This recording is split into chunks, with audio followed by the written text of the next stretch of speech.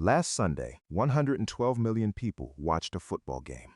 And somewhere fist that same moment, someone who didn't watch it was told they have a problem.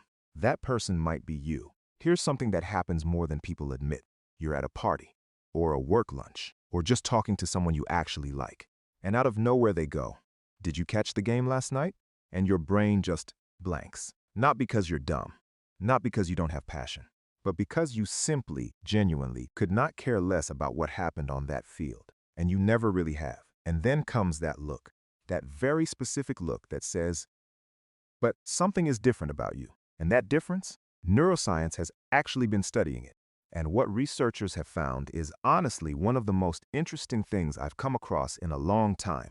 So stay with me, because by the end of this video, you're going to understand your own brain in a way most people never will. And you're going to understand the sports fanatics in your life too, maybe for the first time.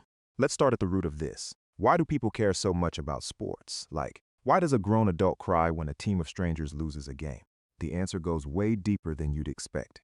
Humans as a species are tribal animals. That's not a metaphor, that's biology. For tens of thousands of years, belonging to a group was literally the difference between surviving and dying.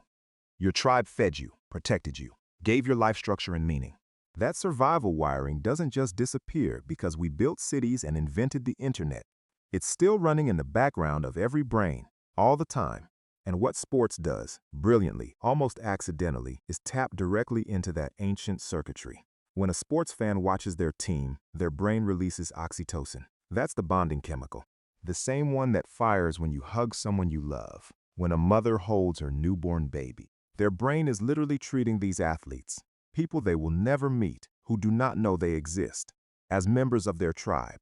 That's not stupidity.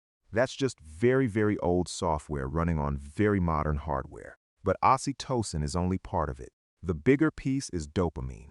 You know that feeling right before something exciting happens? That crackling anticipation? That's dopamine. Your brain's reward signal firing in advance of a potential payoff. Sports fans get that hit constantly during games, every down, every possession, every at-bat. The game is basically a dopamine delivery machine. And the reason it's so powerful is because of something called intermittent reinforcement. You don't know what's going to happen. The uncertainty is the whole point. Your team might score, they might not. That unpredictability is what keeps the dopamine flowing in these intense, almost addictive waves. Researchers using fMRI brain scans found that watching your team play activates the same reward centers as gambling. The mechanism is nearly identical. Unpredictable outcome, emotional investment, huge neurological spike when things go your way. Which actually explains a lot about why some people take losses so hard. Their brain experienced something very close to a real loss. Not metaphorically, neurologically. Hold on. I want to ask you something before we keep going. If you're watching this and you genuinely don't care about sports, drop a comment right now. Just tell me, what do you care about with that level of intensity? Music, books, gaming, your work, your dog? I'm asking because the answer reveals something important about your brain, and I want to get into that in a second. Leave it below. I read every single one. Okay, so that's why sports fans are the way they are. Now here's the part you actually came for. Why don't you feel that? Why doesn't the dopamine hit land the same way? Why does the whole thing feel like static when everyone else is treating it like a religious experience? There's actually a genetic component to this that blew my mind when I first read about it. Research from the University of Chicago found that variations in dopamine receptor genes can predict, with real accuracy, how much a person is drawn to competitive spectator activities. In other words, how much your brain responds to watching others compete isn't just a preference you developed. It might be something you were literally born with. Your indifference to the final score isn't a character flaw. It may be baked into your DNA. But here's where it gets even more interesting. People who don't have strong sports attachment also tend to score significantly lower on what psychologists call tribal instinct. The psychological need to define yourself as part of an in-group. They're more individualistic, more comfortable with their identity not being tied to external outcomes. More likely to say, I don't need a team to feel like I belong to something. A 2019 study backed this up. People with low sports interest showed dramatically less us versus them thinking overall. They were less likely to automatically distrust or dislike someone just because that person was in a different group. That's actually a genuinely rare quality in a world built on tribalism. There's a psychological concept called BIRGing, basking in reflected glory. Sports fans do this constantly. When their team wins, they say, "We won." When the team loses, "They lost." Notice that. The pronoun literally changes based on outcome. It's an unconscious thing. Their brain is protecting their ego by taking credit for wins and distancing from losses. People who don't follow sports, they don't do this as much.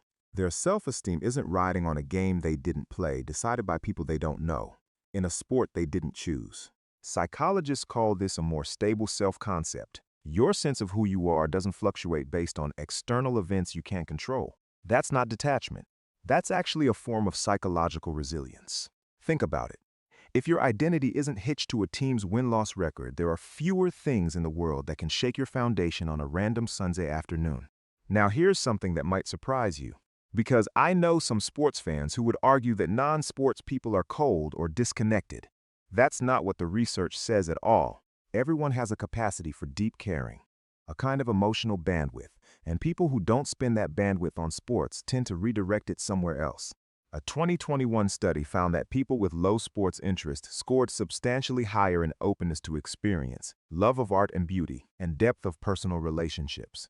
They're getting their meaning, their emotional payoff, their sense of connection and transcendence somewhere else, say, books, music, creative work, deep conversations, causes they believe in, the people right in front of them. Their brain is still seeking the same things every human brain seeks: story, stakes, connection. They're just finding it in different places. And there's something quietly powerful about choosing to direct your emotional energy toward things where your investment actually matters, where the outcome is something you shaped, where it's not entirely out of your hands. If this kind of content is your thing, psychology, neuroscience, the hidden mechanics of why people are the way they are, subscribe and hit the bell. I make these videos for people who are curious about what's actually going on beneath the surface of everyday human behavior. And I put a lot into making sure every video is worth your time. So if you've made it this far, you're probably exactly who this channel is for.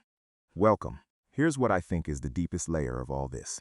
At the core, the difference between someone who lives for sports and someone who doesn't comes down to one thing: how you find meaning. Sports fans find meaning in narrative. The comeback story, the dynasty, the rivalry that spans decades, the rookie nobody believed in who becomes legendary. These are genuinely compelling stories, and they're unscripted. Nobody knows how they end. That unpredictability is what gives them weight. People who don't connect with sports often find that exact quality frustrating. Their brain looks at the whole thing and says, "Why would I emotionally invest in an outcome I have zero control over, involving people I have never met, in a game that will not change my life regardless of who wins?" That's not wrong. That's a rational position. But neither is caring deeply about a team. Both are valid responses to the same fundamental human need: to feel like something matters. Like the story you're watching has stakes. One brain finds that in a playoff run. The other finds it in a novel, a painting, a conversation, a project, a relationship. Both are chasing the same thing. They're just looking in completely different directions. Psychologist Mihaly Csikszentmihalyi, and yes, I had to practice that, spent decades studying what he called flow states. Those moments of total absorption where time disappears and you're completely inside what you're doing. Sports fans can absolutely reach flow states watching a game. It's real. Their focus is total. But here's something non-sports people report more frequently: being present in their own lives rather than a spectator in someone else's. They're not spending Sunday afternoon riding the emotional waves of a game being played by strangers. They're in their own story, engaged in their own struggles, their own wins, their own craft.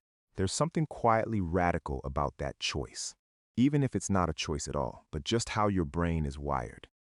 So here's what I want you to take from all of this. If you've spent years feeling like an outsider in a sports-saturated world, getting the blank stares, missing the references, nodding along to conversations you couldn't care less about, this is me telling you directly: you are not broken. You are not boring. You are not missing some fundamental piece of the human experience. Your brain's reward system is calibrated differently. Your tribal instincts run quieter. Your empathy goes somewhere else. Your meaning lives somewhere else. And all of that is not only okay, it's actually kind of fascinating. The next time someone asks if you watched the game, and you didn't, and you never do, you don't need to apologize for that. You don't need to fake enthusiasm you don't feel. You're just wired differently. And different, as it turns out, is a lot more interesting than wrong.